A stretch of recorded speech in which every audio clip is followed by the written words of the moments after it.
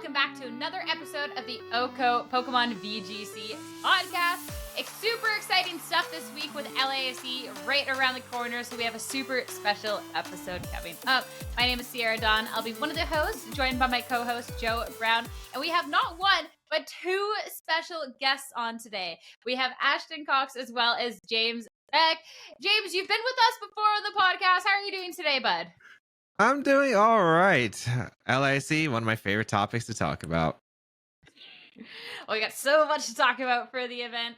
Ashton, as a two-time LAIC winner, I mean, people should know your name, but if they don't, why don't you introduce yourself to the listeners out there? So, hello, my name is Ashton. I also streamed a while, so people might know me from that. I streamed for about 2 years, trying to get back into it, but man, it's tough. It's real tough. But I made sure I have my trophies set up over there from the two LAIC. Which I don't think the visitors could actually see, unfortunately. Oh, they might be able to. We'll maybe. see. We don't know what the... Okay, whatever, man. I have my two trophies behind me. I don't know if they're in-camera shot. But they're behind me. So, made sure. Just So do we have... very excited to be back. Do we have 50... Was it over? Is it more than 50% of Well, there've only Latin been American 4. champions ever? Oh, so They've we have only been 4. 75%. I got a Ashton's 50% literally win rate. 50%. Yeah. Wow. Oh, because last year was I no have VGC. That's 50-50 right. odds of going there and winning. I have 50-50 odds. Like, I'm just saying. Either you win or you don't, you know? That's yeah, how I feel. well, it's 50% probability. You're not wrong. And I've held this title for 4 years, technically, so. That's very true. That's longer than Roman Reigns. That's a long reign of a title, so nobody's knocking away from you. That's pretty cool that we have 3 of the 4 LAIC winners in this call. It's also the first time we've ever had 4 people on the pod before, so it's a nice experiment, and it should be a fun time having you guys on talking about your one of your favorite ICs every year. Mm-hmm. Should be a lot of fun. I'm excited that there's already been like some little beef, especially too because we have the reigning champion for the last 4 years. We also have the 2-time champion. There is the world where we could have had a different 2-time champion because Ashton, you beat Beck for your second victory, wasn't it? Mm-hmm. That was such a good final set. I was a little upset because it was the time where Jeremy and I could have closed out finals with the same team, which we did at a regional. We did a regional the week before, and James stopped us from doing it at an international a week after we did it at a regional. So it was so close. It was so close. Hey, man, I could have had a back-to-back title. That is I only had back-to-back finals instead. I feel like that. Also with Ashton, though, Sierra, other history that Ashton's made, not just 2-time LASC champion, but answer to the trivia question, the first ever guest in the Pokemon Analyst Lounge. That was Ashton Cox. San Diego Regionals last year when I was the host. Oh. Ashton was the first person that was brought in for just like a general interview. So that's another prestigious title. Nobody else can be the first ever Analyst Lounge guest. I like being first. That's true.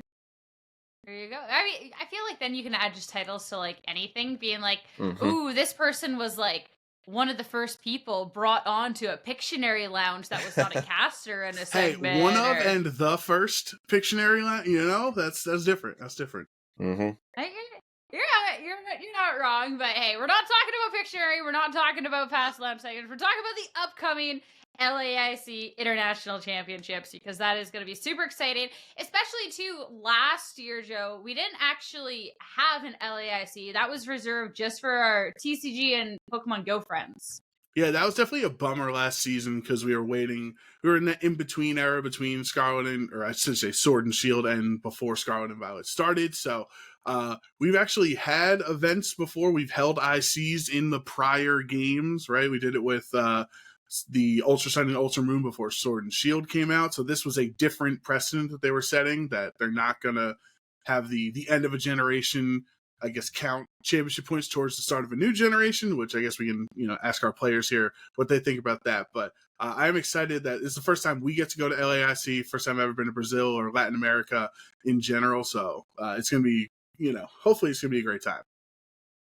Yeah, it'd actually be interesting, like how it would work since we only have 3 internationals, like currently, because they got rid of OCIC. How would that work for an upcoming game title of Gen 10? Because usually, like LAC is in November, and if the game is released like December or like during November, like, but we only have 2 ICs, then that would be super strange. I'd be interested in how it would work in Gen Yeah. 10. I Yeah. didn't even think about that. You're asking the real questions here. I mean, especially too from a competitor aspect, the fact that we didn't have LAIC last year, I feel like Ashton, the fact that we actually get to more or less start the season off with an IC is going to be super, super crucial for players like looking for those Worlds invites and snowballing points. Yeah, so it's actually interesting. I have not been to an event this year. I don't know if anyone's noticed that. Have not been to an event this year. Really? Not a local, not a regional. I haven't gone yet. I've been so busy with work. So this is my first event post Worlds. So yeah, it's got a lot of weight for me. I am currently at a fat 0 points. No points. Same. I have more points than Nice. you. What? Yeah. But I'm hoping to come away with, maybe like a top 16 would be nice. I would definitely not be disappointed with any amount of points, but it would be nice to get this started because yeah, I totally agree. I'm at 0 and I would like to fix that. Well, I think too that Regulation E is in. I don't want to necessarily say a good point because I feel like that is definitely up for debate considering the Torn Rapid Striker Shifu issue out there. But it's definitely in an interesting place. I think a pretty fleshed out point in comparison to some metas that we've had in the past.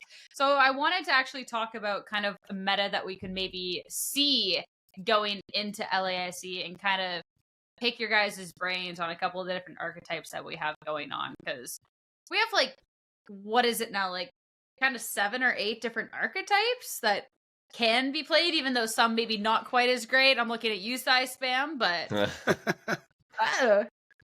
I think there's more than 8 in total, but there's probably 7 or 8 that you can logically assume to perform well. You know what I mean? Yeah, some things have better chances. Don't forget about the Bax Caliber Hail teams out there. I know that's not one of your 8, but that's an archetype, right? Should it be? I'm kidding. All right, before we get into actually talking about any specific archetypes, though, what archetype do we think is kind of like the best right now? Regulation E. You have to tell someone the best team, the best archetype. What's like the first thing that comes to your mind? I think it's just always going to be Tailwind. Let's be real. Well, it's interesting you say that because I would say that I think Tailwind is the best, but if I were to tell, like, to go off of directly what you asked, if I were to tell someone like what to use, I think if they're really lost, I think Trick Room is a good place to start. So I feel like as good as Tailwind is, I think Trick Room is a little bit easier to pilot right now, and it'll see success kind of like right away. So I would personally say Trick Room. I definitely think Trick Room, like, because it's definitely on and off in a format on where you might see Trick Room in kind of like the rankings, but I actually feel like it's in a pretty healthy space right now. So we'll talk about that one first, because the introduction of things like Dusclops, this Blood Moon Ursaluna, into already a format that was kind of okay for Trick Room, I think has helped it even more. Dusclops I think it was so slept on for the longest time. I think it sometimes still is. Dusclops just seems like an insane Pokemon. Yeah, I think Dusclops is a fantastic Pokemon on your team of 6, and I don't know why the last couple of events we've had in North America in Regulation E, it has not been as prevalent as I was expecting. Like, I thought it would be the premier Trick Room setter, but people still do their Armarouge and DD stuff, or maybe even like Hatterene and some of those different archetypes. Cresselia is also still around a bit, but like I would drop all of them for Dusclops. Like, it's immune to fake out. It's bulky enough to not get one shot by anything, so you can guaranteed get the Trick Room up. Then what was it? Leonard Kraft had his team with the Brick Breaker. He had a fighting attack to hit his Blood Moon Ursaluna and would proc the weakness policy, making it even stronger. Obviously, if it still gets Alice, which I don't know if it does or not, but that would be really annoying to deal with that in IC. So, like, if I was building a Trick Room team, like Ash is saying, Trick Room's good, like, I would put Dusclops on my team before I decided what my Trick Room sweeper would be, honestly. I mean, we got 2 pro players in here. So Dusclops, Trick Room. Well, hear from you first, Ashley, because you're the one that's saying you recommend Trick Room. I want to know, like, the optimal, in your opinion, way to be running like this Trick Room. Yeah, so I do really like Dusclops. I've been trying to make it work. I haven't exactly found the way, so maybe that's why I'm a little biased, not against it, but just towards other things.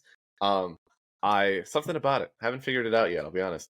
But the thing that I have seen a lot of success with, I know it's controversial, but I think the giraffe that some people hate the giraffe, some people love it. I think it's We love Brian. the giraffe. Brian Hume hates the giraffe. I know. Despises it. Yeah, but personally, I think it's really good. Like, I think just same things. It's got some of those good things, like can't be faked out. It can't be taunted. Don't even have to Terra. It just can't be taunted. It's really cool. So personally, I've been liking the combination of just Blood Moon and Giraffe, and they're great together. That's fair. Especially to having like that extra little bit with that anti-priority hate. I'm looking at Dragonite, I'm looking at Chien Pao, I'm looking at all that. I don't want to say good stuff because I don't like it, but all that strong stuff out there. But back Giraffe, pretty good. I think the problem is there's quite a few. So the problem with Trick Room, as opposed to like Tailwind, is the Trick Room setters, unless you're literally into the Armor Rouge kind of things, is they really lack board presence after it gets Trick Room up in a lot of cases. Where, for instance, for Rigraff, unless you're running the Nasty Plot set 2, maybe you can help a hand, but you really rely on your partner. Same problem with Dusclops, where you really rely on your Blood Moon or Saluna or whatever your partner is with the Dusclops to do a lot of work. While Tornadus, like Tailwind, even like Talonflame Tailwind, they could still do things, right? Like Talonflame could still do a good amount of damage. It had Taunt, it had Will of Support that actually was like pretty big for helping the partner. And Tornadus Bleakwind Storm, like Rain Dance to power up the Urshifu. There's so many things you can do with Tornadus, I think. That also has like really great offensive pressure with Bleakwind Storm that just covers like both slots, I think, assuming you hit, of course. But I just feel like that's the problem with Trick Room is most players will know how to map out Trick Room. I think in a lot of cases, they already kind of have like some kind of plan in mind of how to stall out the Trick Room turns. And yeah, I think it's still pretty difficult, like, regardless. For Rigaud's interesting because we see it on, like, kind of the Michael Kelch / Rinya kind of fusion with the Dragonite for Rigaud stuff, which I think, like, it has a mode of Trick Room, but it's not really, like, there for Trick Room specifically, which I think is probably, like, one of the best ways to run it realistically. I think Crest is probably an underrated Trick Room mod because at least Lunar Blessing, like, you can really punish defensive plays against stalling out the Trick Room. Because of that, healing goes absolutely insane. But yeah, I don't think it's like a bad option. I just think like like you have to get a lot of value out of the offensive mods that you're trying to abuse in Trick Room. Well, I feel like now I know what you're leaning towards, Tailwind Timmy. Is James? Do you think he's going to any event without Tornadus? Come on, the Torn Ogre guy. Come on, man.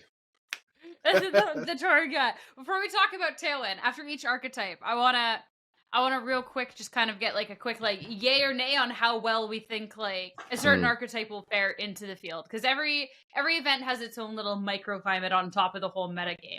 Trick Room, we think it's gonna be a hit or a not so much at LAIC. I think they'll at least be like kind of like one in top 8, that one that kind of makes their way through, but beyond that kind of I love Trick Room, but like what's killing me right now is there are so many, like we even saw in Ashton's Victory Road match that we got to see, that we got to cast, right? That there are so many Pokemon in that 50, 52, 50, whatever speed tier that the Ursaluna Blood Moon, and Iron Hands, and King Gambit, and, Mint Speed Furgraph, and like all these things that they interact so meticulously with each other that, like we saw on Ashton's side, his Trick Room Ursaluna Blood Moon happened to be just naturally faster than both of his opponent's Trick Room Pokemon there, which made the Trick Room like not even advantageous at that point, and your team is built around setting Trick Room up with Furgraph and Blood Moon Ursaluna. So like sometimes Iron Hands, depending on how that speed is trained, can just change your matchup completely with either Ursaluna you want to run. And the same with King Gambit as well, as it's resist the Blood Moon, right? So that's what kills me right now, that I would probably say no, I wouldn't expect a lot of Trick Room just because the speed tiers are really wonky right now. Yeah, I do kind of agree. I think we'll see, like Sierra said, like one in top 8. I think we'll see a good handful in day 2, but I hate to say it, I think they'll be towards the lower end of the day 2. Like, I think it's a good team where you can go 7 too. I think it's pretty straight up. It's like, you fight those 2 people that really know how to stop you from capitalizing, but you fight 7 people who they get double knocked out by hyper voice. There will be those people, I think. But then you hit the day 2 and those 2 people you lost to are probably both in there and you fight them again. Just doesn't look too great. I think it really just depends on. I think the region of Latam really likes Amoonguss as a Pokemon, and a lot of the Trick Room teams kind of not really having the best answers to Amoonguss because, like, for instance, the Armor Rouges have dropped Terra Grass. They run Terra Psychic now. Safety Goggles is a lot less used as an item in general. I think the Trick Room teams might even struggle just against like the Amoonguss balance that's been popping up recently. Roaring Moon's been very common into the size spam teams, and Roaring Moon's actually kind of annoying for Trick Room because like knocking off the items like the Avala and Dusclops, the pressure against the Indeedee Armrouge. I think it might be a little bit difficult, I think, for Trick Room in general, but I definitely can see it having some usage in the day too. I can see one squeeze into top 8. I don't think it'd be this Indeedee Armrouge that would make the top 8. I think it would probably be like more of a kind of a more balanced Trick Room, maybe like Farigiraf, maybe Dusclops. But yeah, I do see it that it can perform well. I'm just not sure how well, depending on the field, because I do think that Roaring Moon and Amoonguss might be popular Pokemon at the event. Well, that makes sense. I think the most popular team, which Becky, you keep wanting to get into, is this Tailwind archetype because it is super, super strong. We've gotten to see Tailwind win a couple of events, including the most recent ones. I'm looking at this Torn specifically for Chuppa and for Sandy. But also, this Torn and the Rapid Strike Urshifu has also been the hot topic of, is Regulation E healthy? Is this a little too much? Is this too strong? This is unfun because of this. So I feel like all things considered, when you get to hear that talk about a team, that you kind of know that it is a team that has the potential to just kind of steamroll through an event. I mean, I think Torn Ursh, look, there's like dopamine you can get in the game. For me, it was like clicking Tailwind plus Water Spout, and you kind of get the same thing with like Tailwind Surging Strikes. But at the end of the day, I think it's probably better in Reg D than it was Reg E. But I also think it's mainly just because for some reason people don't run like Amoonguss nearly as much. Amoonguss has been coming up back recently. Wellspring Ogerpon's still pretty annoying for Torn Urshifu to handle, just because you always actually are immune to the Surging Strikes, and you can actually get like pretty good damage into the Urshifu, aka a potential knockout even. So like there are ways to counter it. I just feel like people aren't actually utilizing the best ways to counter it. That definitely makes sense. Ashton, what do you think about this Torn Urshifu? Healthy, not healthy, too much, just being disrespected? Yeah, so I personally do think it's too much. Not too much where like I hate it, but it's just statistically, it just is too much. Like that damages. I think it was Luca I was talking to. He said it really well. It was like the start of the format, like the restricted, restricted is in restricted. I know it's a tough word to use with we call the restricted format the ones with the legendaries, but having that kind of like first of game format was really only Regulation 1 or whatever, because immediately after that we started getting such things like Iron Hands, which that is a legendary Pokemon. It's not, but like those stats, come on, there are like half the legendaries don't have those stats. They just don't. And so it's like I'm still vibing with it. I don't think it's the worst format by any means, but some of that stuff, it just is too powerful. I think it just is the way it is. Oh, Ashton, you don't like Tornadus or Shifu? Why don't you just protect and stall out the Tailwind? Oh, wait. You can't, because Unseen Fist is the most ridiculously broken ability that has ever existed. So you can't actually stall out, which would be the way to beat Tailwind historically, right? Before Urshifu was stall out the Trick Room, stall out the Tailwind, stall out whatever strategy, but you literally cannot do it in the face of Urshifu. Unless your name is Weezing. Sure. Wheezing stocks are rising. James is leaking the team. He's bringing Weezing. Torn Urshifu Weezing. Okay, I see. Yeah. Yeah. Sad. My teammate Wolf Glick leaked it on his YouTube channel. Yes. Yo, I'm just saying, Torn with Ability Shield Urshi with wheezing, so like your opponent's unseen fist can't do anything, but yours can. Pretty funny. I don't know. Alright. Maybe we're cooking. We're cooking. Who let us in I the don't know if kitchen? it's edible, but we're cooking. Yeah. But Alright. I do think it is really good. Is the moral of the story is I think it's really good, and I definitely I think it is one of those things that like you have to have a reason not to run it. You don't have to give me a reason to run it. You have to tell me why what you're running is just better than that, and that's tough. It's very tough. Yeah, so I think, fair to say, I'll still ask the question, but I think I know the answer. Tailwind stocks at LAIC. I think they're going to be pretty high all around. Yeah, for sure. I got a call. There's going to be 6 Tailwind teams in top 8, but only Wow. 5 are going to be Tornadus. Who's the 6th? Zapdos? I don't know. or- Latam's crazy. Latam's crazy, man. There's going to be Oh, somebody. okay. To be Something's fair, gonna happen. there is Speed Booster Roaring Moon. There's Speed Booster Roaring Moon. Speed booster. Because No. Roaring. Elements. Illumise would be so much more hype. If would be Illumise so wins much. LAIC, come on. See the Yeah, not resurgence sure of who. Talent Flame? I'm just kidding. Could be anybody. I don't know, but that's my read on it. Like Tailwind is Oh. so good, but you can't tell me that like some random Tailwind setter with an Urshifu who's not almost as good as Torn. I'm just saying Pelipper can set Tailwind and Could then be bring the Pelipper. rain without having to click a second move. Like, that's... I don't know. Yeah, could be The- Pelipper. Might be onto Could be. something here. All right, We we're were cooking talking too about much. hot takes. Yeah.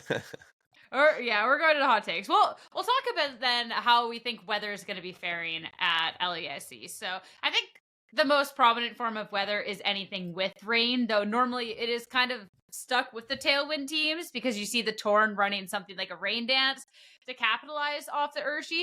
But there is some Pelipers kind of sticking around, being able to set the rain in that way. We are seeing that there is that weather as well as snow and 1 or 2 sun kind of kicking out there. They're having a rough time though. Well, Sand did win that regional. Can't say it doesn't exist. It's true. I'm not Maybe a huge it's been fan, but it's since. around. No, I haven't seen it since then.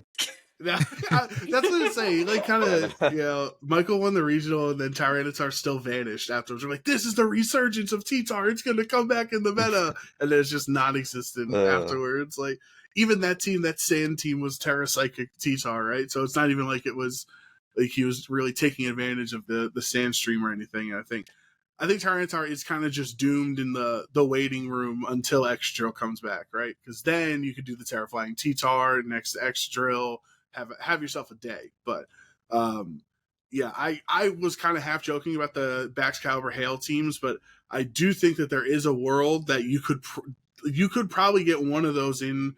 I don't know if it's top 8, but like maybe in the winning in round, I think it is possible to have a Baxcalibur Hail team almost make it. Almost. I think so, because it's going to catch people off guard. It gets surprisingly bulky with the hail boost, right? You don't want to hit it with a fire attack. Like, it has Swords Dance, has priority if it wants. Like, I think people definitely sleep on Baxcalibur, and that's when it performs the best, I feel like. I could see it in top 16. Yeah, maybe Just one. The Just one one. lonely backs. I'm just remembering at the MSS that I played over the weekend, Ryan Lassetto playing Snow, and just being like, none of the matchups that I faced with this have been good. He's like, I'm still winning. He made top 4, and he was just like, I had 7 bad matchups in a row. That's very unfortunate. It just feels like Snow's, and like there was nothing crazy at the event, right? It just feels like Snow's in such a tough spot. Like, even like Ninetales, like the Alola Ninetales, I feel like if you have any sort of other weather that exists at any sort of point, Pokemon's just done for. It's kind of just cooked right there, right? You just set up the sun, you set up the rain, you can't get Aurora Veil off, your blizzards are not accurate. The Ninetale just kind of crumbles. Like, it's tough life. I feel like the thing that Ninetales is best at is leading it into Torn and giving you one turn where they're not clicking Tailwind. Like, that's all you're going to get out of it. Yeah, you want to stop that Tailwind for one turn, they're going to be clicking Rain Dance. Guaranteed. You could also freeze dry the Torn and go for the freeze, you know? Be like a cool kid. So you can't Tailwind if you're frozen, so. So you got that one turn. If you want one turn against Torn Urge, this is your start right here. That's the first step. Unless they have a Golden Go. And then you're well, shoot. Then you're cooked. Then you're just cooked. Then you're just absolutely cooked. Plus, like, Golden Go too, like on these Tailwind teams, like you get a Specs Golden Go with a Tailwind setter. It could be rough. It can Pretty be good. rough. I love Wait, Golden Go though. Ashton, I can't. What about Mr. Torko Lilligan here? LAIC winning Sun team. What do you think about Sun's chances this weekend? So it's really tough because the biggest Torko Lilligant team I've seen has also been Dozo, Spam. And I hope It's it doesn't just succeed. All toxic. Show me something else, any other way to run it, and I'm all there for it. I am all there for it. But like, man, they've ruined my beautiful child, really. I honestly, I will tell you though, like one of my proudest moments in VGC history, like when you won LAIC and you had like Fightinium Z, what's her face, Formosa, right? Like, so my brother and I, we were playing at our locals and NY, NJ, and we kept saying all of 2017, like Formosa's busted. Like, you're like, you just dumpster Snorlax, you dumpster Kartana, you dumpster like all these, just avoid the top moves, which is a lot harder than harder said than done. But like when it hits with that Fight Z, it's disgusting. And then you won an IC with Formosa, and we were just like the most vindicated players at our locals. Like, I told you, Ashton won with Formosa. Like, it's real. And then like no one else did anything. That's so funny. Well, it's even funnier because I forget who it was. Somebody asked me, they're like, well, wouldn't you like that team? It's just two cores slapped together like your first LAIC team was. And I'm like, okay, I know everybody saw that, but the Formosa Lele was not meant like that. The team was completely built in a different direction. So I don't know. I just feel like there's so much more thought behind my 2017 team, and then I see the team like that, and I'm like, yes, I know they look similar, but like, there's no way you do all like, oh, I put the Tatsu with the Dozo, and that took me 3 days to come up with. Like, there was no logic there. Like, there's not too much thought going on. So I don't know. I feel like I really liked the structure of the team, and there were a lot of like cool things that maybe still happen on that team. But I'm not a fan. I'm not a fan of that count. Well, okay, you touched on the 222, and I feel like that is definitely something to talk about. Just Dondozo, Tatsugiri in general, but also this 222 variant that we see. And anyone listening, like, what's 222? Dondozo, Tatsugiri, that's one of the twos. Qianpao Dragonite, that's another two. Flutter Mane, Qianpao, the third two. So basically, you can just what did I say? Qianpao twice. Oh, yeah. Oh. He's so good he's on the team twice. I just really love Qianpao, guys. I'm just kidding. Flutter Mane, Chi-Yu. And you can just lead one of the twos and have a decent lead into anything. Or just Dondozo Tatsugiri in general, because we do still see like the Dondozo Tatsu with like Limora and stuff out there. How do we feel about all of that in general going into LAIC? It never dies. It really never dies. No, it'll be there. You will see it. I'm hoping I don't, and I'm going to have a great event, but it'll be there. I don't think I've seen a Chi-Yu in a while, actually. Finally, people are wisening up. I think it's still probably decent, Mom, but I'm actually surprised of how much it's dropped. Limora is definitely going to be a thing. Dondozo is still going to be a thing. Like, realistically, like, I'm expecting a few Dondozo. It did win their Reg B regional, so like the one post world. So I'm definitely expecting at least one or two Dondozo to play against. But overall, I don't know. It's just in such a weird position. I don't know about the direction. It's interesting, but it doesn't seem that oppressive compared to like the regular Dondozo. I think like the guessing game, sure, it's just always gonna be annoying, but that's like a lot of teams, I think, in general right now. Yeah, that's my least favorite guessing game. I got cooked. I'm saying I got cooked like it was only cooked once. I get cooked every time I play against 222 because I'm like, all right, I'm going to lead because I think their best answer into me is this Flutter Mane and Chi-Yu. So I lead what would be my best answer into that, and then they bring Dragonite Qianpao and just Terra Normal E-Speed, Swords of Ruin defense drop me, and just scale all my stuff. Like, no, it's insane. So then it's like, all right, well, game 2, I'm going to prepare for the Dragonite Qian-Pao lead. And then they bring Dondozo Tatsugiri, and then they sweep me with one of the duos in the back. Like, it's, you lead poorly into that, and it cooks you. I Rock, paper, have a scissors. personal It's what we love. vendetta against that team. No, I hate rock, paper, That's so scissors in tough. Pokemon. Keep it out. I think advanced Pokemon or advanced games in general all somehow come down to rock, paper, scissors at the end of the day. They do. I think rock, paper, scissors is fundamental to VGC. I think it's just Yeah. fundamental to games in general. Unfortunately. There's Take a- me back to TCG. No. I hate this world. Mhm. Alright.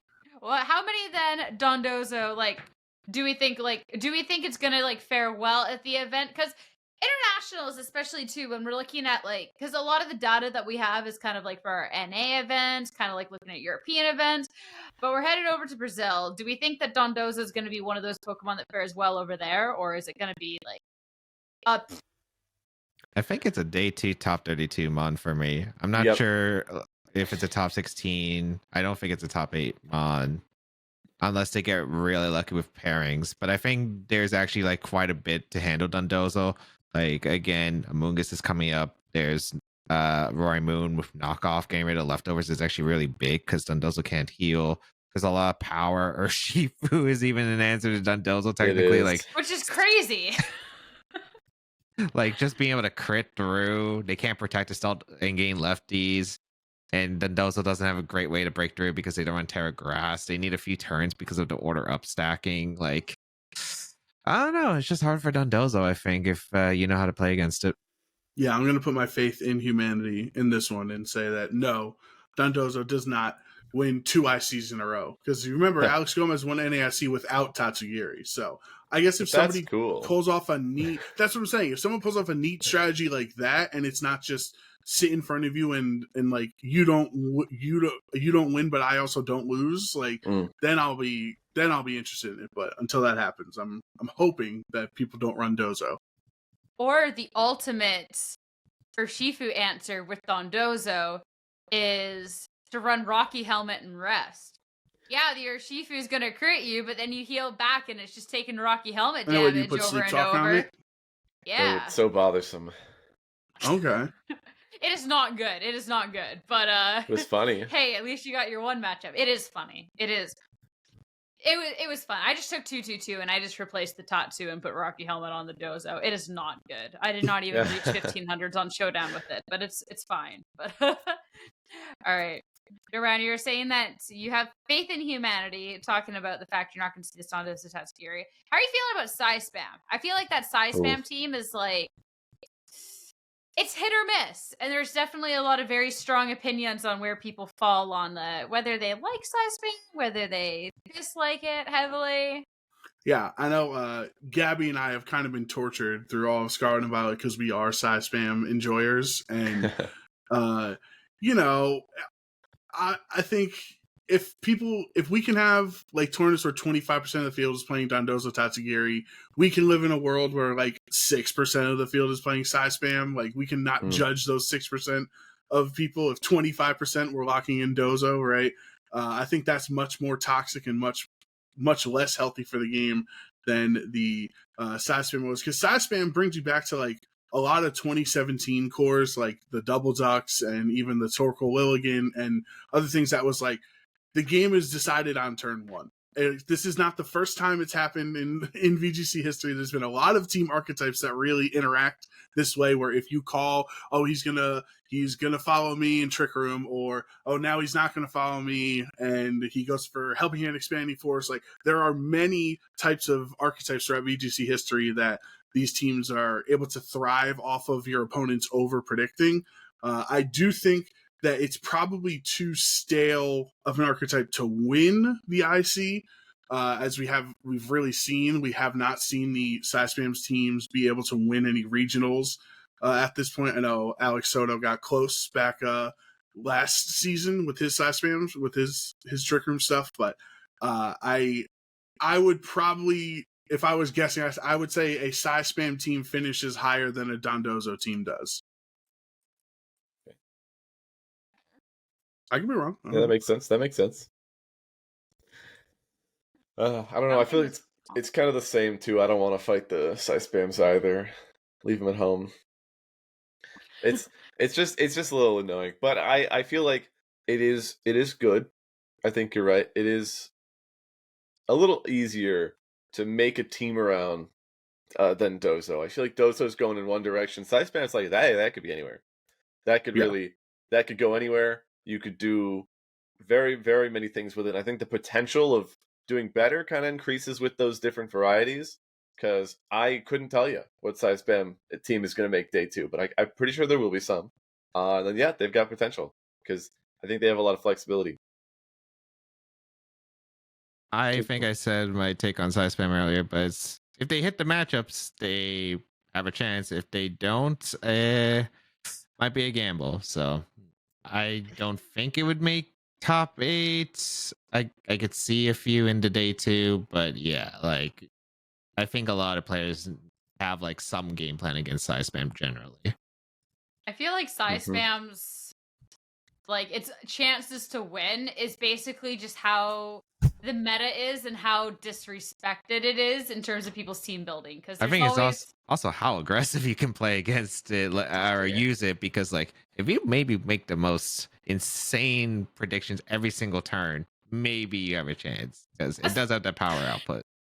That's the most crackhead players though doing that stuff, and that's hard because you have to be doing that against people that are not gonna outplay you like consistently every round. Like, I don't know. I'd be excited to see someone who constantly makes those plays, try to play a size spam, see how far they can kind of go with it. But I don't know. I feel like size spam is respected enough in the field right now that people are not going to completely disregard it while team building. They'll at least have one answer on their team. So it's whether the size spam players can take out that answer in time. But last archetype that I wanted to touch on, which I think is in last place for a reason, is talking about any sort of balance. I just don't think this is the format. Frankly, I think if you have Urshifu in a format and not a really good answer into it, a balance just can't really exist.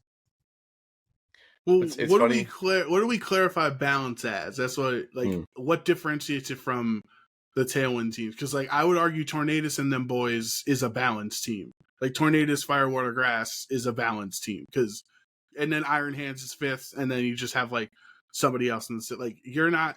That's a pretty balanced team that you're like, whatever matchup I go into, I have 5 different options, and like that's kind of the epitome of a balanced squad. I was going to say Paul Chua's team.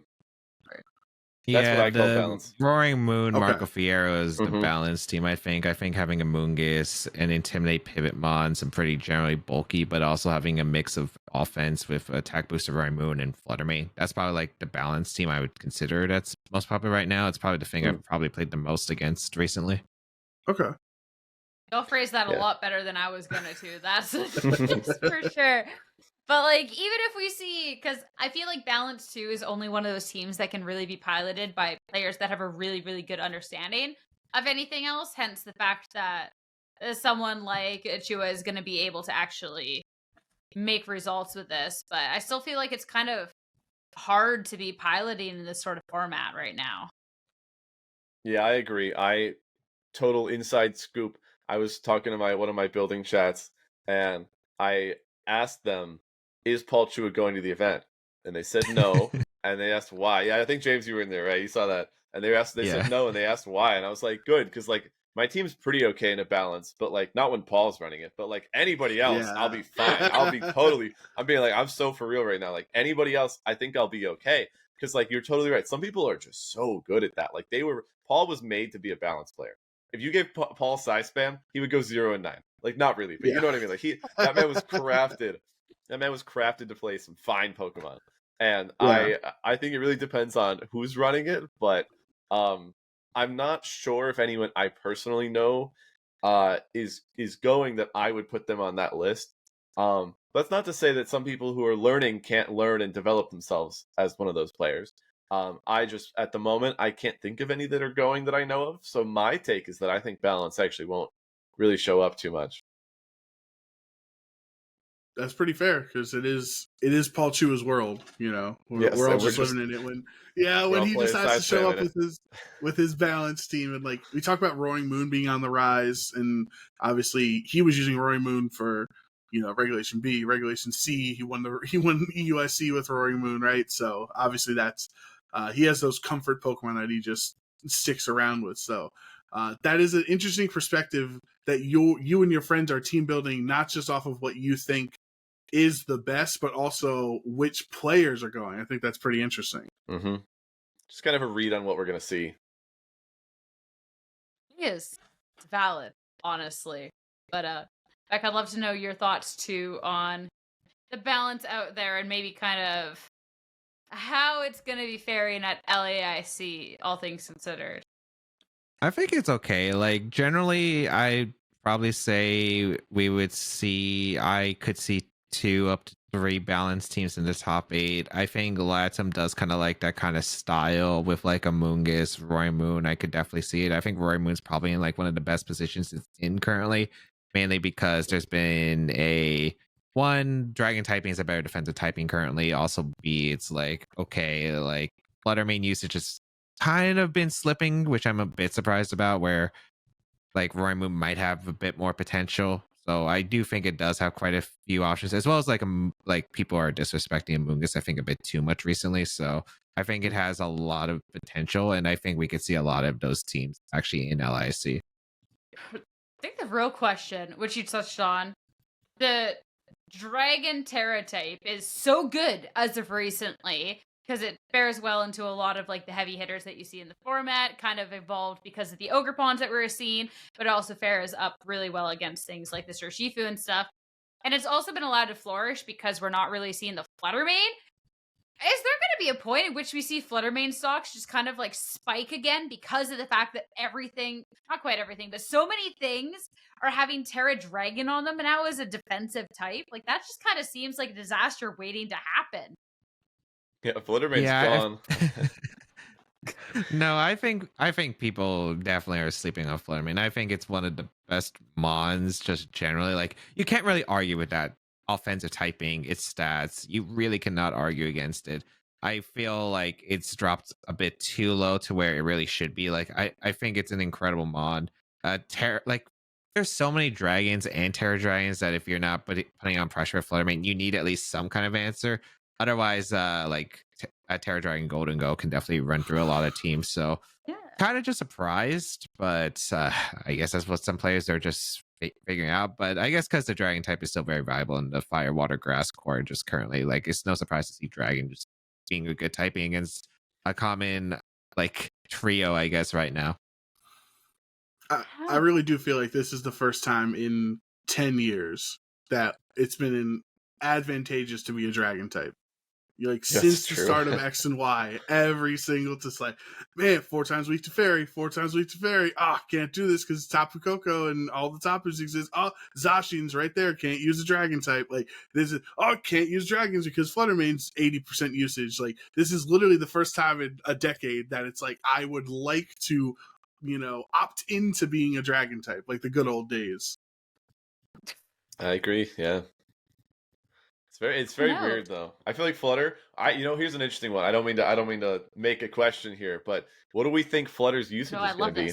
What do we think Flutter's usage percent is going to be? No, I love when you put everyone in the hot seat and you ask the questions, Ashton. That's good stuff. What I think it's a great thing to talk about because like I'm not great with the stats, but like do we know what the highest Flutter was at a regional or something? Like wasn't it like 70? Yeah, it laid 1. Oh wait, you mean percentage? It was definitely like 75 or 76 at the highest. I don't think it ever reached 80. Because that's crazy. But that's peak regulation C time wise, I think it got up to 75 at some point. Yeah, so it's definitely not there now, but I don't know. Now it's like 36%. What was the last regional, Sierra? Do you remember? It was like 36% or something. It's crazy. I already had this pulled up. I knew this was going to come up at some point. So Day 1 Flutter Mane for Toronto regionals, because it's the most recent regionals we've had, was 50%. But then it dropped all the way down to 38% for Day 2 with Iron Hands and Rapid Striker Shifu overtaking it, with Rapid Striker Shifu being number 1 at 46. Wow. Hmm. So that means the bad players were bringing Flutter Mane, right? So it's usually the other way around. Gotta write that Where down. like where I'm saying usually with Pokemon like that, it's like usually those day 2 numbers raise for specific Pokemon because there are players out there using their, their in-game teams or whatever, and like that they're diluting the pool. And then when you get to day 2, the more refined numbers, the more refined players that put I think, what was it? Peoria had like Landers at a 60% day 2 usage when it was much lower than that in day 1, because those day 2 players were better and they understood how good Landers was into the meta. So I think that's interesting that it was actually like, is Flutter, I'll add a question to your question, Ashton, is Flutter Mane a scrub trap right now? Ooh. If you go from 50% to 38%, that means the scrubs are using it and the refined VGC veterans aren't opting into Flutter. I don't have the answer. I'll be completely honest. That's something I want to find out. If I knew, maybe I add or remove Flutter Mane from my team builder right now. If I had the answer there. I feel like with Flutter Mane, it's also like the word, like Golden Go has seen massive stocks going up. Fantastic beginning of Scarlet and Violet, died, and it's been on its redemption tour. It's absolutely going crazy. And going up against Flutter, it's like the weirdest, like, kind of, not quite 50-50, but you can Terra Dragon and then you're weak to a Moonblast, or you don't, and then resist it. Like, it's kind of weird. But I feel like, too, the good Golden Go players can always outplay a Flutter Mane on someone else's team. Even if someone has, like, the Flutter Mane in the back to, like, try and deal with the Golden Go after a Terra's committed, it still just kind of goes in the Golden Ghost player's favor, to where it also puts Flutter Mane in really tough spot. Like, it's so weak defensively. We're still kind of skewing a little on the physical attack heavy side of things. Like, Flutter Mane's just kind of, it's having a rough time out there. I still think it could be a good Pokemon, but it just can't ever be positioned right. If it is positioned right, it'll go off, but it's harder and harder with time. Can I just say that, like, every time I've been watching a few sets, like I watched at Toronto, I watched some locals in New York recently, and all of them involve Chuppa leading Flutter Mane generally, or like having Flutter Mane just Terra Fairy sweeping teams. So I still think Flutter Mane's an insane mod. I don't know. I think it's probably like a little bit harder to get away with maybe using getting away by just clicking Dazzling Gleam Moonblast. You aren't getting the exact KOs, but it's still a really strong mod for what it is. Yeah, very interesting.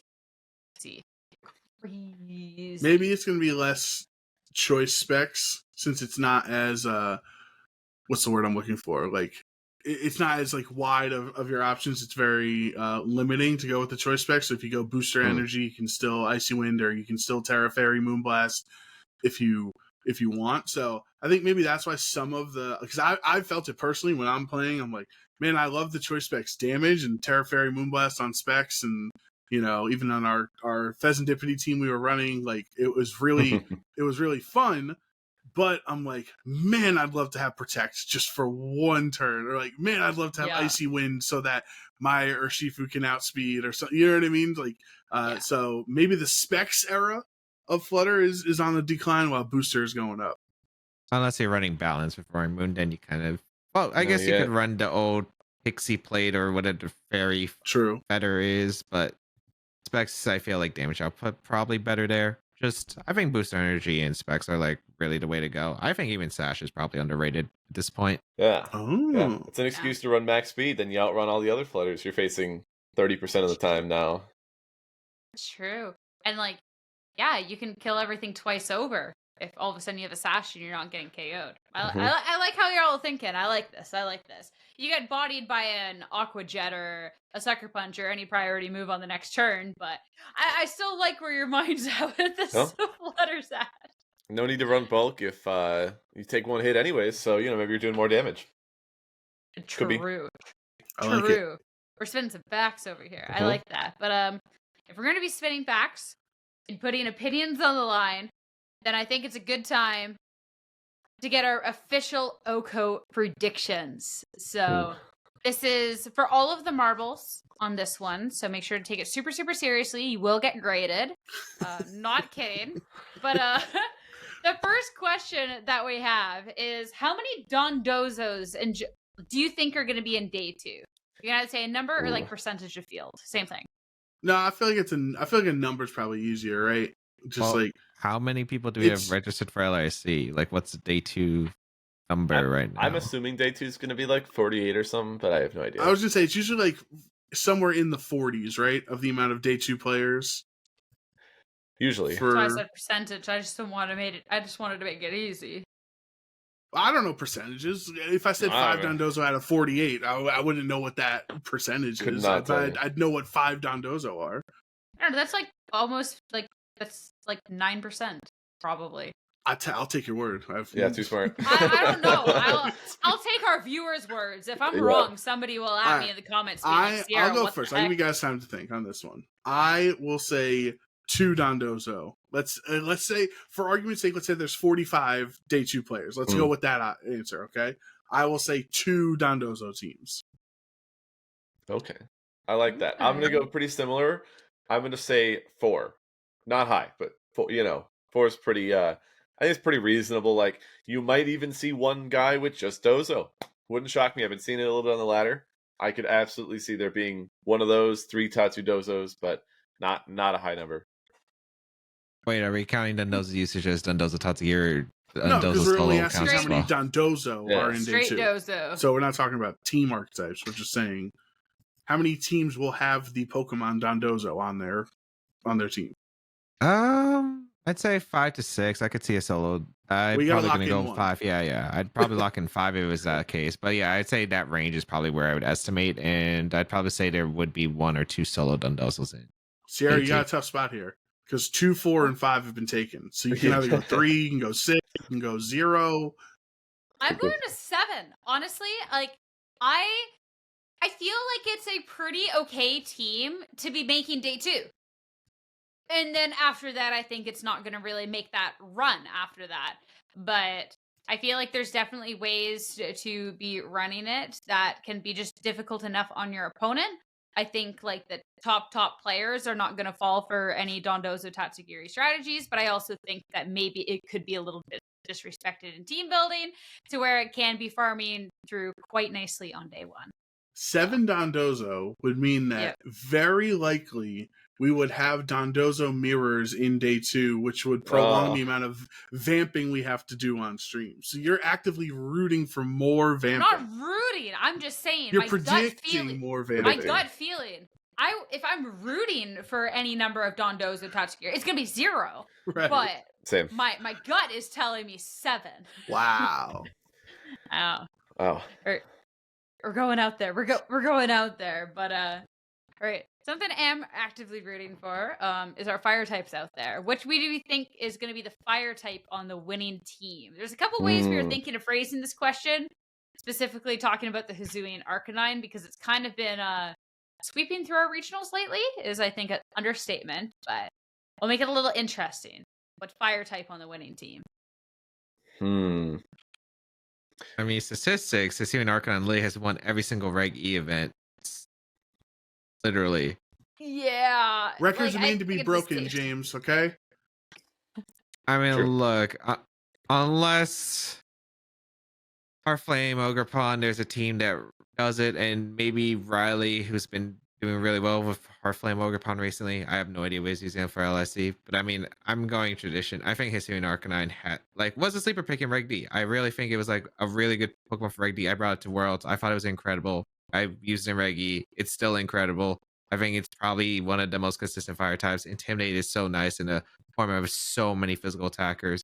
Even if Urshifu's annoying, if you have the counterplays to Urshifu, like Arcanine does well against Torn, does well against so many other fire types. So I'd probably say it's Hisuian Arcanine. Although there is one other fire type, which I'm pretty sure one of you is picking, that can do really well as well. Talking about Heatran? Yep. Yeah, that's my choice. I'm locking it in. So I am a big Heatran guy. Always been. Does it matter? Like I feel like we could steal from. You could all say the same answer. I know. It's like if someone else wants to say Hisuian Arcanine or Heatran, that's fine. Tactically, it's probably not a great prediction idea since you both get the points for it. But you do whatever you want to do. I love Heatran. I think its role has adapted throughout what it was in Regulation D to what it is in E. Like D was like Assault Vest, Terra Grass, Terra Blast, and you'd try to punish your Shifu that way. And now it's more either Citrus Berry or Shuka Berry, as Paul Chua's and the LAIC have popularized on it, and then Terra Fairy, because the grass typing's not so great with the Mold Breaker Ogerpon running around. But I just love Heatran. I think it's such a great Pokemon in any of these formats. Like whenever Heatran is a viable Pokemon, like this is something that Scott Glass and I have talked about. Like if Heatran and Cresselia are viable Pokemon in a format, it's a good format. It makes the format better that they are there. So rooting interest will be Heatran as the fire type. You're also just biased. You really like Heatran.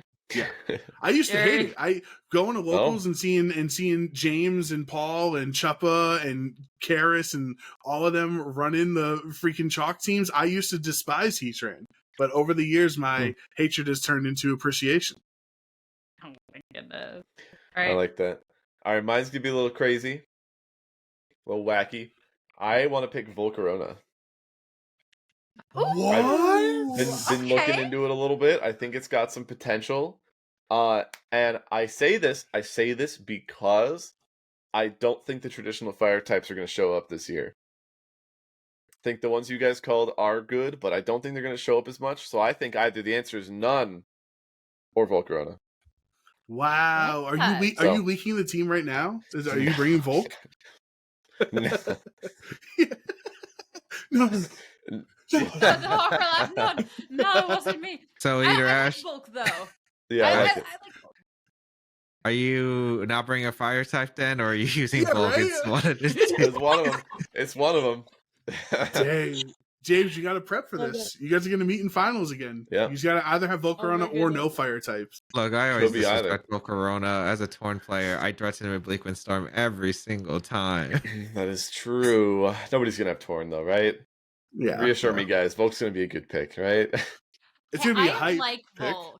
I mean, I've guess seen a couple Volk teams, and it's definitely been something I've wanted to pick up because if you can start getting it set up, like it's actually it's kind of dirty and set up If mons you are don't have not an in answer, the worst yeah. position. Like you see set up Golden Goes. I was playing Ogie Dogie, that is set up all day. Like Volcarona can do some work. That's all I'm Especially saying. with Terras. Terra Dragon, that thing. Look at that. You resist water, you resist the fire, it's not bad. I mean, I know Paul Rees used it in Reg D. I don't know if he has tried in Reg E, but I know he was a big Volcarona believer in Reg D. Yeah, it could be good. Who knows? I would actually be hyped if Volcarona wins. The first thing I'm doing as soon as LAIC starts is I'm gonna go look at what Ashton's using, whether it's Volcarona I'm or going no fire. to, in the pairings, Control F VOLC, like just see who has Just it. to see who has got it, yeah. We start the day and then I'm just like running over to his table. I gotta say, right off the gate. All right, if we're all picking different types then, because Ashton went with the cute and quirky Pokemon there. Love the Volcarona choice, by the way. Volcarona is a good choice, good Pokemon. I'll keep it also different. I'm going to say that Chiyu will sneak its way onto a winning team. I think it's a difficult place for Chiyu to thrive, but you have 6 Pokemon on a team for a reason, and there's definitely places where Chiyu can, especially Chiyu Flutter Mane, can just absolutely run through your opponent, and I still think that is still decently valuable. It might be a little tough against the Tailwind teams, but if somebody's figured out how to have a team that exists with Chiyu that can actually go up against Tailwind, then, Wow. go for it. I honestly feel like the Chiyu is bolder than Volcarona. That's saying a lot. Like, Chiyu has fallen from such graces from where it was in Reg C to where it is now. Like, it misses half of its overheats. Like, it's super frail. That 100 speed means nothing when the other side has a Tailwind or Shifu or a Scarf Landorus on the other side. Like, that's a bold statement. I respect it, Sierra. I gotta go for it. I know the only Chiyu was seen in top 8 by Andrew Krug, who is also just running a cute, quirky team. We got the Blood Moon Ursa, we got the Dusclops, we got the Cornerstone Ogerpon. But hey, it found its way through the Toronto field. And I still think that Chiyu, especially paired with the Flutter Mane, can be a very good eliminator of players who maybe aren't 100% at the field. I think definitely it'll have a lot more difficult of a time once you get into the day 2. But hey, maybe you just get every matchup going for you. Maybe your opponent throws the finals. Like, crazier things have happened. It can happen. You can make a comeback. I can see it. I mean, note how no one mentioned Torkoal or Armor, so not happening. Or good reason. Hearthflame. No. That's what I thought you were going to go, Sierra. I thought you were going to go Hearthflame. No, that's bad. Oh, actually, I think Terrafire Iron Hands is my choice. I'm actually going to lock in. That's smart. That's smart. The worst Iron Hands, Terra? Nah. I was trying to think of like, what's a funny one to say that, is Terrafire? I couldn't think of any of them. Nobody's Terrafire anymore. Yeah. I literally pulled up Ecolytics to like search that. Yeah, nobody's Terrafire. Our Pheasantipity team, Terrafire Iron Hands, okay? So at Peoria, I think most of them that I faced was actually Terrafire, ironically. Yeah, block the Will-O-Wisp. But like, who is Will-O-Wisp anymore? That was any regular they did win a Arcanine regional, Yeah, Will-O-Wisp, Hisuian Arcanine. It's pretty, No, it's bad. We're choice banned for Assault Vest Hisuian Arcanine now. All the way. Fine. We've evolved. All right, what's our next question? Next question. All right, Beck, you're gonna love this one. How many Tailwind in top 8? Ooh. Any variants, just Tailwind archetype of team. Wow. I think I picked a number earlier, different than Torn, right? Because you could have Illumise, you could have I think Roaring I said Moon. 6 earlier. You did say 6, yeah. Yeah, so I'm gonna stick with 6. I'm gonna stick with that. I think it's still correct. Yeah. You don't think that's a little high? Like, I think Tailwind is fantastic right now. You still don't think that's a little high? International people traveling from around the world? That's how it's gonna be. I believe it. I think it'll probably be 3 to 4. I'd lock in 4 personally. I think Tornaz is just really good. Also, there might be like one team that like has, like Ashton said, no Tailwind on Torn, but like something else. So yeah, I'd probably go with that. Sierra, you can go first on this one. I'll let you go first. I'm still thinking. Well, I feel bad because if I lock in the 5, then your options are 3 or 7, which both of them seem tough. Go for it. You're gonna love my choice. All right, I'm gonna go 5 because if we are opening it up to just Tailwind, not Torn, which is a question we've had before in predictions, that opens it up to Roaring Moon. It opens it up to, I don't know, a Zapdos randomly getting into top 8 or something like that. So we're just talking about Tailwind on Pokemon in top 8. I can see 5 of the 8 teams having a Pokemon with Tailwind on it. Say like 3 Torn and then like 1 Talonflame and 1 random, or 1 Roaring Moon. Like that's how you get to 5. That easy. I'm gonna say 2, and I think it's gonna be tied with the amount of Trick Room teams in top 8. Wow! I think we're going off the wall. I see a crazy top 8 on the horizon. 2 Tailwind, 2 Trick Room, and 4. And then 2. I don't know. I don't know. It's gonna be a crazy time, but that's gonna be my guess. I feel like 3 might be a little more reasonable, but no, we're going for 2. So I thought you were gonna go with 8 when you said you had a crazy pick. I was like, I really did. Yeah. I thought she was going to say 0. Yeah, or 8 or 0. Okay, I'm not. She's not crazy. I'm not dumb. Like, come on, there's gonna be 1 Tailwind. She's crazy, but she's not crazy. All right, Come on. I have a question. Since I wasn't at any of the events, have not been at any of the events.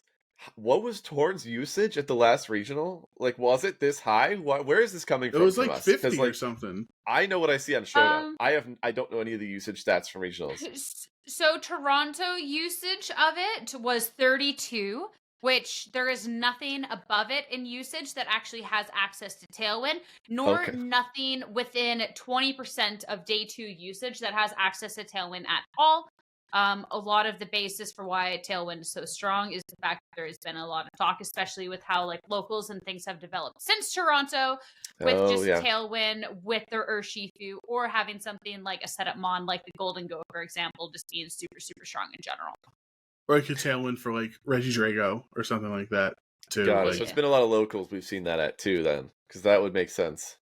There was also a regional. There was a regional that like Torn, Urshifu, Iron Hands, and Flutter Mane were all like 53% or something. Like it was like half of the field had the same 4 Pokemon on it. So I think it's, if it was only 32 in Toronto, like it has had higher numbers for sure before. Yeah, but so is Landorus. Like Landorus hit like what 70% or like something. It was like 60% on day 2. Yeah. Flutter Mane, and then it just died the next event. Like love them. I love. It's because people are wrong. Okay, love Landers. Bring them back. Landers. My bad. No, it's bad right now. You know why? Because Urshifu exists. Bro, my jolly scarf is faster than their adamant scarf. Terra Blast right into them. They just have to Terra in return. It's true. And then all of a sudden they are gonna predict. Or you could be Luca. If like you Terra and they Terra, you can't KO them. They will definitely KO you. A Terra water surging strikes, terrifying. I am a Landers enjoyer, but I gotta agree. It'll come back. He'll have his day. He'll have his day. I just remember that car ride. Ashton to Peoria, Luca testing the Terra Electric in the car with Choice Scarf, and I'm like, please just go Terra Flying.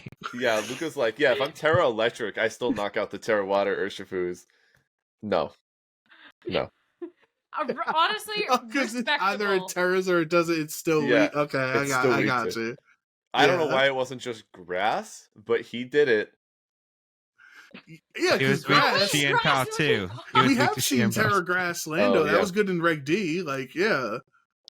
Yeah, I guess also it probably was because he didn't want to be weak to Torn. It's like, can't be weak to Torn if you Terra your Lando. You got to be resist flying, knock out the Urshifu. Like, Luca's just on another level. I think Luca was cooking, actually. I think you guys, you guys should have actually like encouraged Terra Electric Lando. Nah, he thanked me after the event. Oh man, if it does, I let something wrong happen. Dude, what about the Terra Electric Iron Hands that are all running around? Because they're like, I'm still opting out of my like Flutter Mane weakness, and I like, so that's all. Most of the time, you're terroring to get out of the Flutter weakness, right? And then you're still doing a lot of damage with Wild Charge. Like, I think that could be. Do you think we'll see Terra Electric Iron Hands this weekend? No. I like that. I want to be surprised because of the lack of ground coverage, I think, right now. But even then, like, I feel like having a defensive typing to resist like a bunch of things, like Electric is kind of a weird defensive Terra typing. I feel like you want the specific situations that your team is weak to and cover for instead. Also, the Electric Terra hack just looks dumb. So I just think on any level that the Electric Terra type is just suboptimal. It's all about the aesthetics. For the aesthetics, yeah. The Pokemon had an idea. That's the funniest joke. Oh my goodness. All right. We have 2 more questions left on our predictions. How many Latin players will make top 8 at LAIC? We're going to their turf. We're going out over there. I'll go first. I will say 3. Damn, that's not what I wanted. Oh, I'm so sorry, Sierra. You're not. So I'll say 3, and then I will lead that. I'll say 3 because of the next question I'm also confident in. So I think there's a lot of great players in LATAM, but I don't think, am I crazy? Who won the one that you three didn't? Who won? Carson, right? Yeah. Carson won with the Mega Scissor Rain team, right? So that's it. So they've never won their own international championship. They have not won an international yet. Whoa! They have still been only second. They have only gotten second. And Agati is Brazilian, right? So I'm sure he'll be there. Yep, that's a very good shot. My answer, unless Ashton wants to go, you can. Wait, so what was who said first? What did they say? I said 3 LATAM players in top 8. 3. Okay, I'm gonna go with 2. Damn it! looking statistically, I just went back and looked at the 2 that I won. I believe it was 2 in both. I'm not sure how accurate some of the locations were in older events, so I only know one of the guys I played. But yes, I'm gonna say, I'm gonna lock that in. You can give the same numbers if you want. I'm just saying. No. No, we don't give the same numbers for this. I think it'd be kind of lame at this point if we've been doing different answers. Yeah. Sierra, I'll let you take this one. I'll go for it. My answer's already shot. Just go for it. I mean, I'm shot, so like I'd rather give the final answer. Go ahead. All right. I'm going to say 1, and I feel like that's madly disrespectful, and that's not how it'd be. If I actually got to pick I would have said 3. Unfortunately, I have now been relegated down to 1. Yes. I do think that the players, it's tough for the international because anyone who, like, you're looking at North America, you're looking at Europe, that's actually making the travel over, they're good players. So I feel like there's also that little bit more respect there to where I feel like a 3 LATAM, 5 North America, Europe is fair, is pretty split. Split is pretty fair. But yeah, I don't think that the talent coming over can be disrespected enough to say that LATAM will get 4 of the spots. So it also just comes down to the amount of events that like we've gotten to play over here. It is so much more. Like you look at everyone being able to go to their locals, the past regionals that have happened, or this far in Reg E. Like I think that actually stands for so much. So yeah, James, you got a big choice here. It's either 0 or 4, right? Yeah. 5 or 6 or 8. 8. So my realistic answer, before I give my actual answer, it would be like my 2 to 3 range. I would say 2 to 3 is most likely what's going to be the actual result. My prediction, because I'm literally picked between 0 or 4 to 8, I'm actually going to say 0 just because I think it's more likely. I think it's more likely that it'd be like on the bottom spectrum than like 4 to 8, if that makes sense. Like, I feel like we could definitely see like quite a few. I think Gabriel Gotti, Paul Reese are hungry for it. I think there's Juan Salerno and his cousin or brother, I can't remember which one it is. I think they're really strong players. And then there's like other ones like Javier Valdez. There's like a lot of good Latin players. So I just feel like it'd be that 2 to 3 range. I think 4 would be pretty high again. Like the thing is about LIC, I feel like the last one just gets screwed at their own event. Like we literally had like only one LATAM representative in finals throughout the entire 4 years that we've had it. Lately, it's been 7 US players and 1 LATAM in the finals of throughout all 4. So if history repeats, I think it's going to be tough. Actually, you know what? I'll change the answer. Instead of 0, I'll say 4 because Oh, wow. The optimist. Okay. Because you know what? I'm thinking about the top 8s, and I'm pretty sure in the past it's actually been like 3 to 4 in prior years. It's been a little bit tough for them recently, I think, especially at the Worlds level, because LATAM hasn't really made a Worlds cut recently. But then again, like this is their home turf. There's going to be like huge number representation. So you know what, 4, it makes more sense to me now.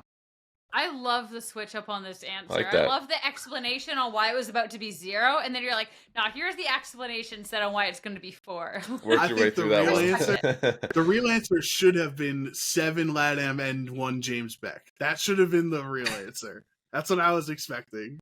Look, they put us all into the arena. How about I get my boy Ashton? It's me and Ashton versus 6 LATAM, and it's like, sides. Yeah. Can we run it? Yeah. Can we run it back and against the people who want us not to win the international the most?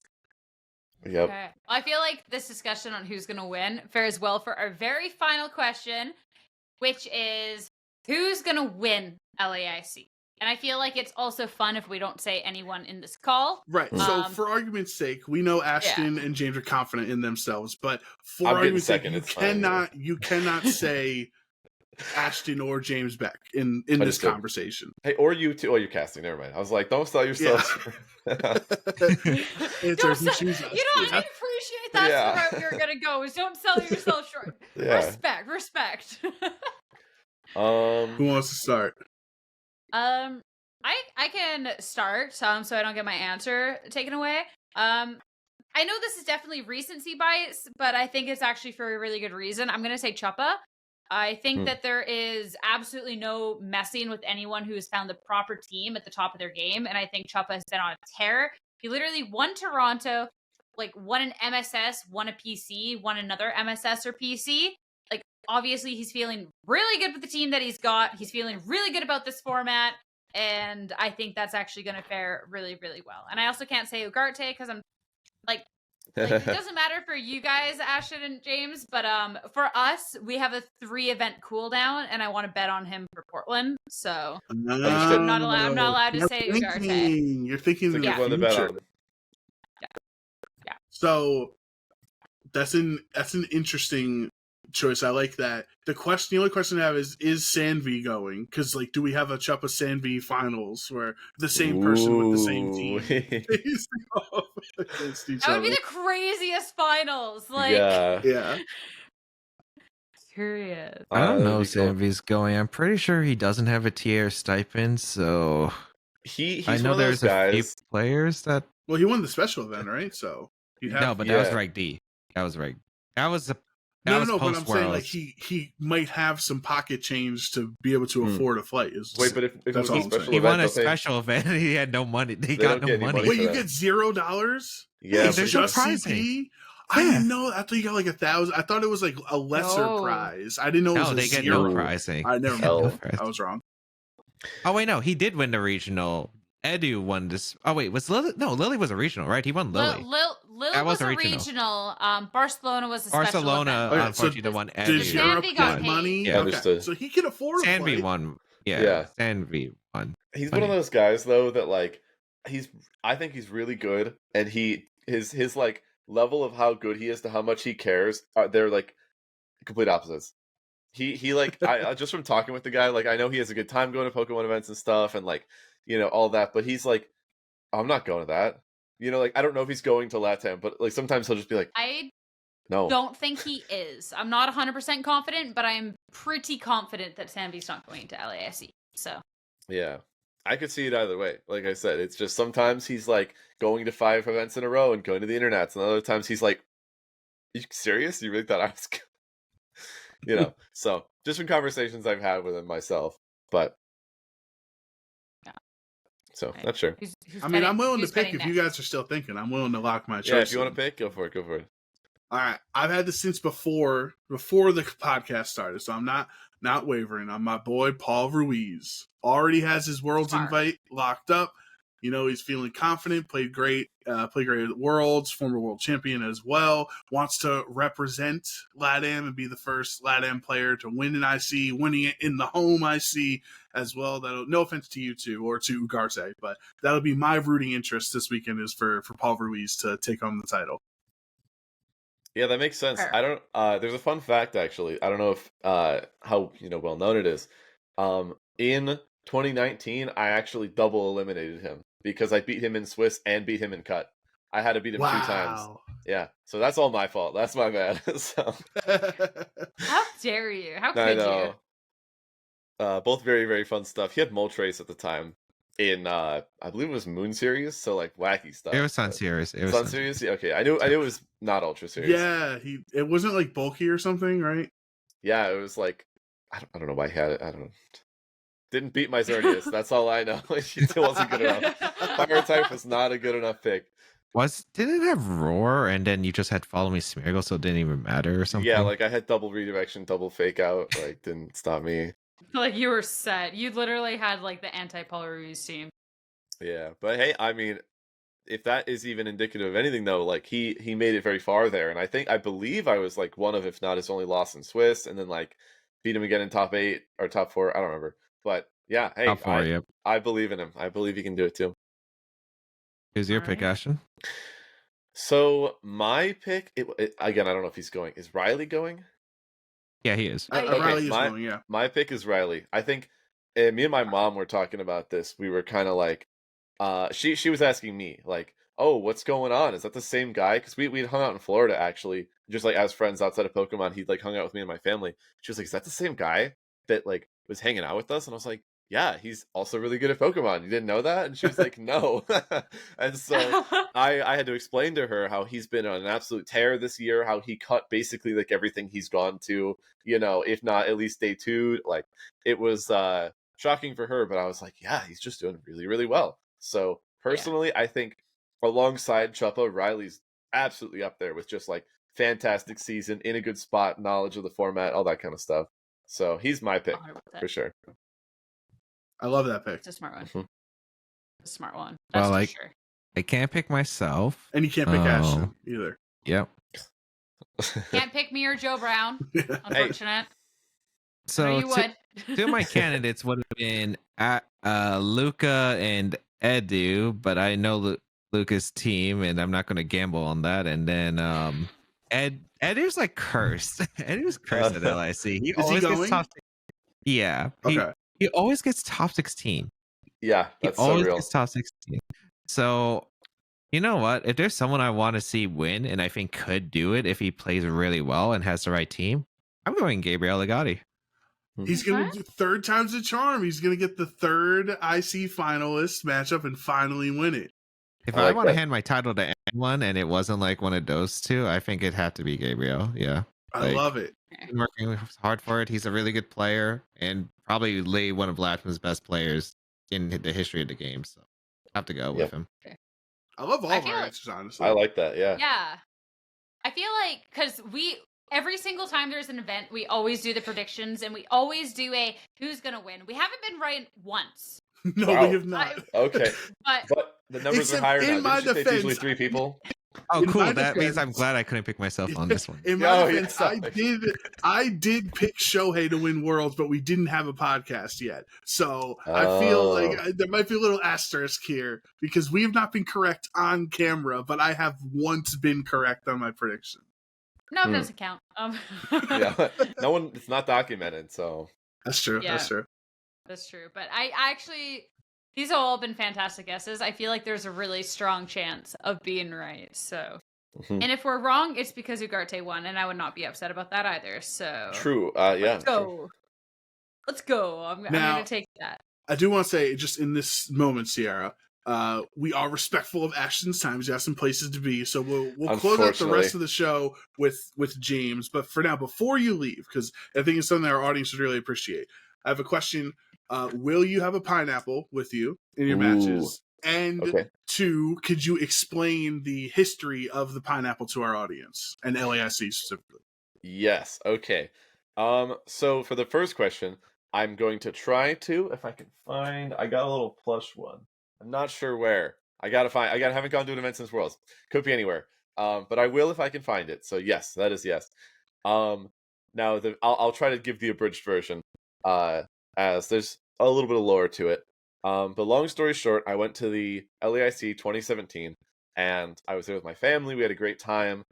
We didn't get to tour a lot, as we had kind of talked about before this, just based on some of the advice from the locals sometimes. But one of our trips we decided to take was to a fruit market, right?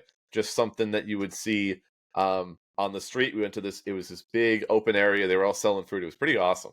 But one of the guys who was selling to us, he only spoke a little English, which was cool because usually we'd just been trying to like translate back and forth and make it work. But he actually was kind of speaking to us. So we were buying fruit from him. He was so cool. We bought probably like $100 worth of fruit. I'm not gonna lie, it was a little too much. But as we're leaving, we like talked to him about why we're there. We're at a tournament. You know, I'm competing. Like I had talked about going to my other internationals and all that. And as we're like paying for the fruit, he walks away, and we're like, "What? Where'd this guy go? We didn't finish paying." And he comes back with this pineapple in his hand. It's probably about this big, right? And he's like shoving it to me, and we're like, "Dude, we have enough fruit. Like, we love you. Just stop, please. We have so much fruit." And he's like, "No, it's free." And we're like, "Oh, okay, fine. One more, what's one more?" So he gives it to me, and he tells me it's good luck, and I'm like, "Okay, that's weird. This dude's giving me a pineapple. He's saying it's good luck."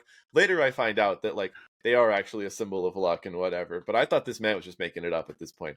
So I'm like, "Oh ho, I got the Brazilian pineapple. Good luck, guy. He gave me this." And so I had it in the hotel, and he, after I end up making cut, I bring it to the venue, and they let me have it on stream. They let me have it on the match. They let me have it at the table, the interview. I don't know if that would work anymore. It had no like stickers on it. It was just a fruit. I think it should be fine. If you can I get don't it in know, the building, then we can allow it on stream, I think. We Yeah. will fight on your behalf. Okay, Yeah. okay. I mean, I'm yeah. not saying I'll have one because it's got to come naturally.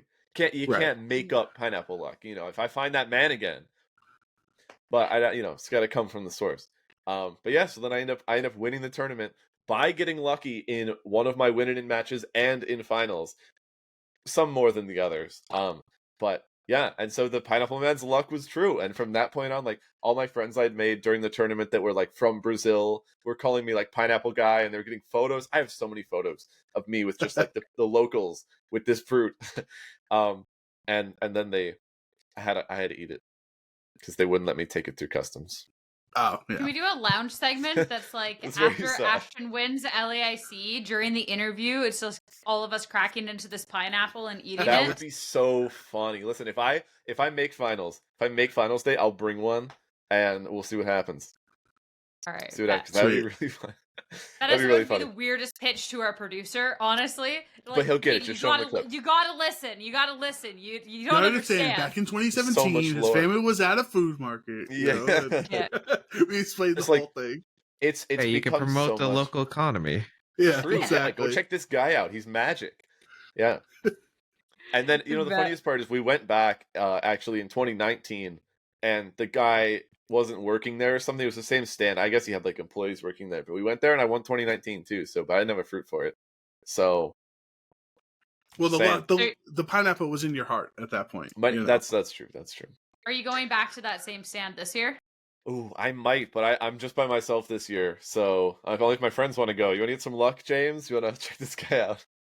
They're in the same room as me. Yeah. I mean, I might actually be at the market on Wednesday, but Okay. I'd probably go. I'd be down to do something Thursday, assuming the heat isn't that bad. We're apparently going during a heat wave. That's what I've Oh. heard. Yeah. Yeah, so Okay. that's Maybe not, gonna not. be fun, but we'll Maybe a see. Google I'm down search. probably. It's not like we're doing much Thursday, probably. I'd assume. Cool. But yeah, so that's the story. I'm hoping I won't have as much luck as 2017 because that was just like a one of a time kind of deal. But yeah, it's very cool, and I'm excited to compete again because I have not played in a couple months. So Hey, we'll Be very be fun. rooting for you. Should be hopefully you get some OHKO luck. You don't need the pineapple anymore. Oh, you yes. got the podcast Yep. luck beforehand. And before you head out, do you have any shout outs or anyone you want to shout out to? Where can people find you on the internet? Different things, whatever you're feeling. Yeah. So for sure, check me out on Twitter. Ashton Cox Gaz, real simple, GAZ at the end. I also have a Twitch with the same handle that I'm hoping to get back into after I get done with this big work. I'll keep it very brief. I just got done doing this huge project for work. Literally, I finished it yesterday. And so it's done. I have free time now. Very crazy to have free time. Oh, So I'll start going back to events. I always want to get back on more of like a casual stream schedule. So if you're interested, feel free to drop that. But I probably won't be on it for a while.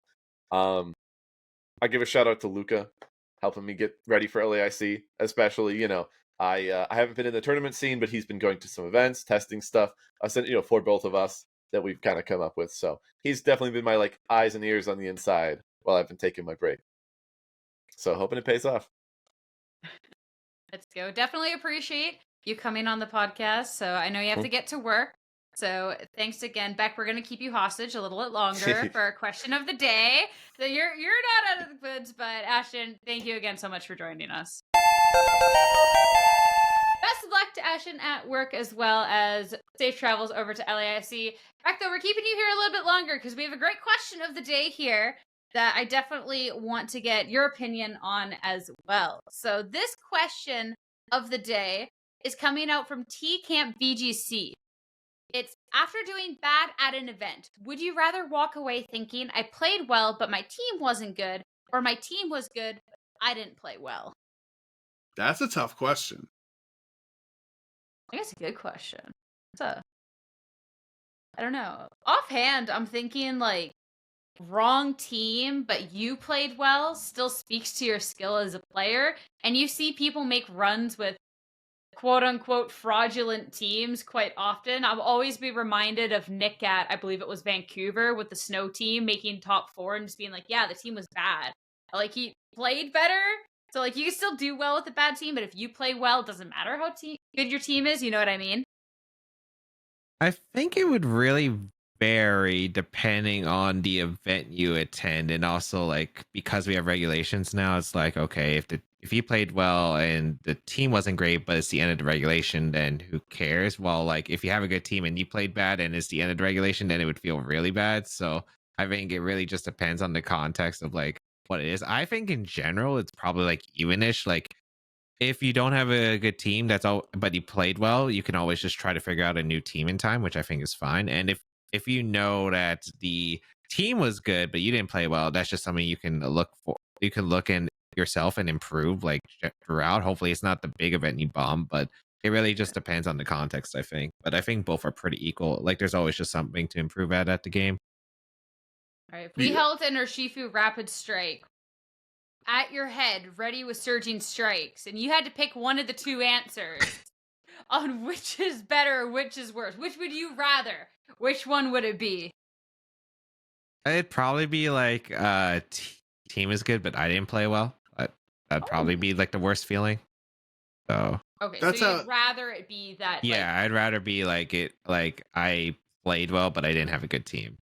Now that's an interesting answer from you, because I would expect like a top player with your perspective. I'm like, I want to get championship points. I want to finish top 16. I want to finish top 8. Like, it doesn't matter how I get there as long as I get the CP. Is like what I would think a lot of top players would say. So I think for myself personally, like, I'm never expecting in an event I go to I'm going to win a regional or anything, and I like the aspect of team building more than like actually playing and winning and stuff. So I would feel better, I think, if I went to an event, because I like team building more and seeing like if this team is viable or not, if the strategy works or not. That the team is good, I just played poorly, I feel like is easier for me to like let sink in, because my goal is to make a good team. If I'm explaining my thought process well enough here. So I'm like, if I accomplish my goal that the team is good, I'm not good enough as a player to pilot it. I could have other friends that are better players that could take advantage of this good team, if that makes sense. Oh, that definitely makes sense.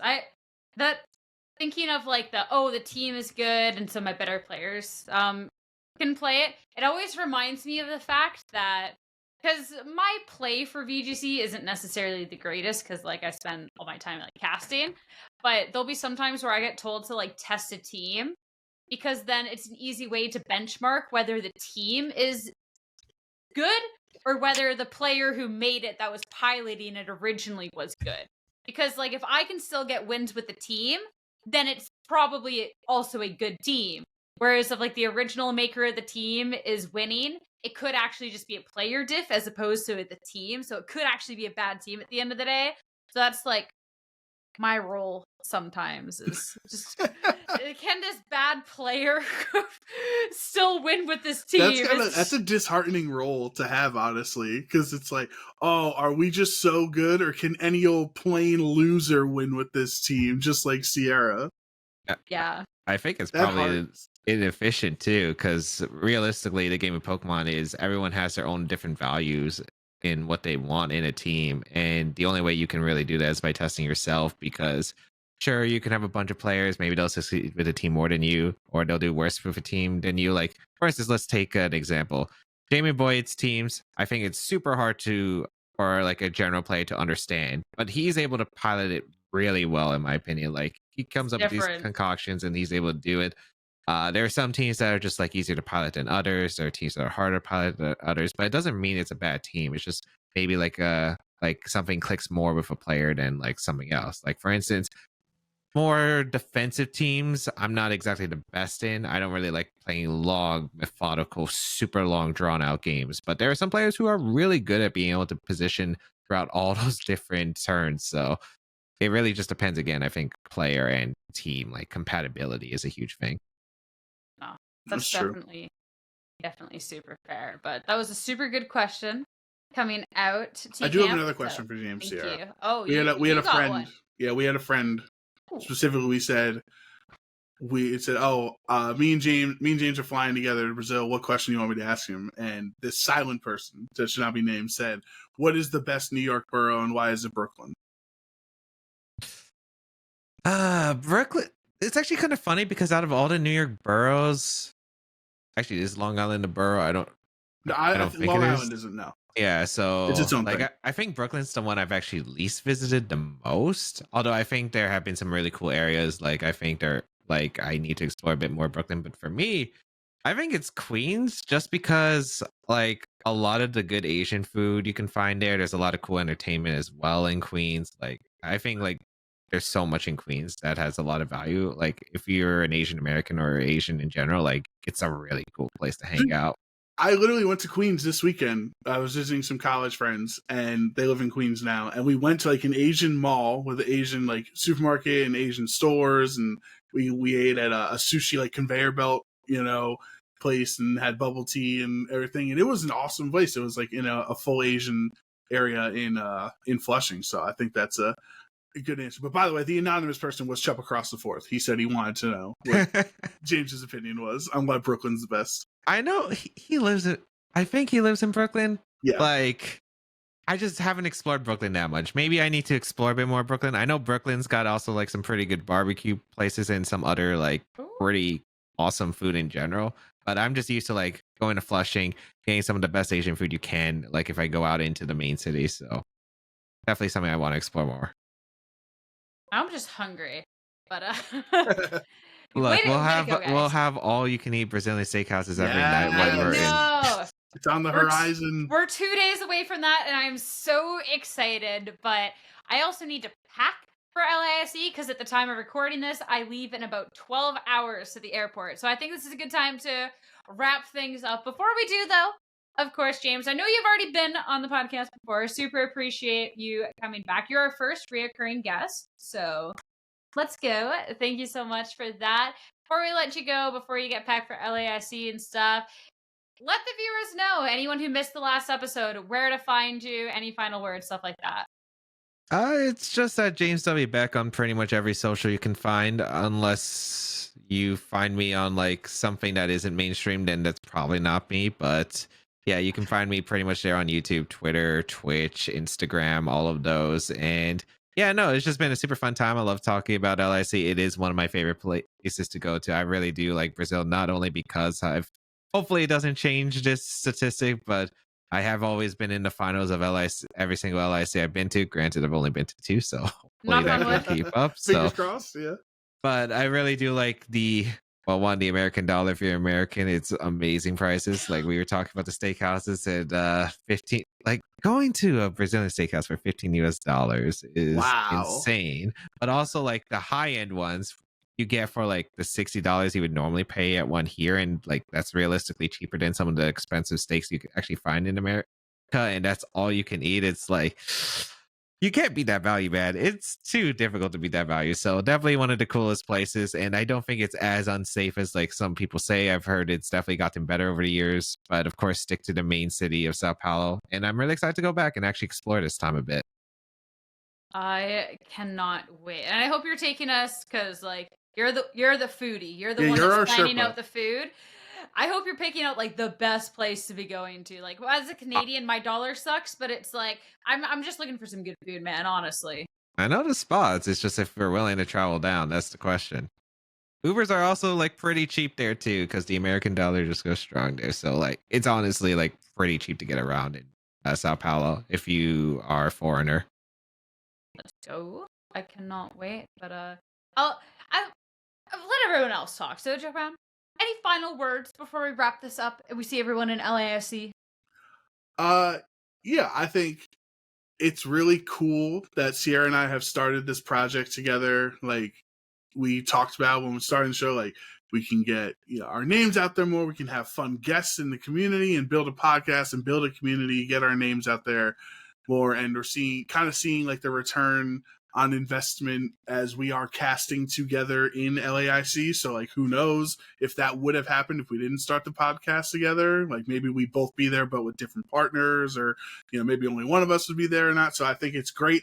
Like I'm excited about OHKO and the future, what we can do with our community with this podcast. And it's actually been like half a year since you and I have casted together on the stage, right? So on the stream. So it's going to be a really exciting time for us. Both of us, our first time in LAIC, and I'm really excited about it. And I'm nervous about packing. I also do still have to pack, but I know once we land in Brazil, it's going to be a great time.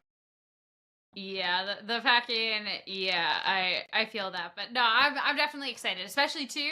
ICs normally have a lot of downtime, so I feel like there is going to be some on location OHKO podcast moments. So anybody who enjoys the podcast, if you're not already tuning into the broadcast, make sure to tune in. I want to see like some hashtag OHKOs in the Twitch chat or something. I always look back, I shouldn't look back at the comments and stuff. I look back every single time. I want to see y'all there.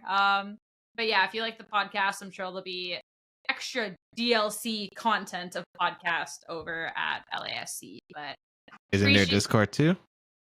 The Discord too, yeah. Yeah, maybe that's where we can get some of our vamping conversations from the Discord. Yeah.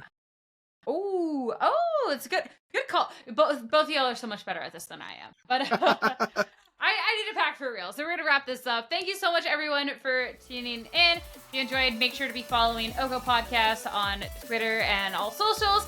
Especially, too, you might get some little secrets, a little behind the scenes of LAIC. If you're traveling to LAIC, by the time this goes live, you're probably going to be there already, if not en route. But hopefully the travels have been safe, and good luck, everyone. Thank you again so much for tuning in. We will catch you real soon.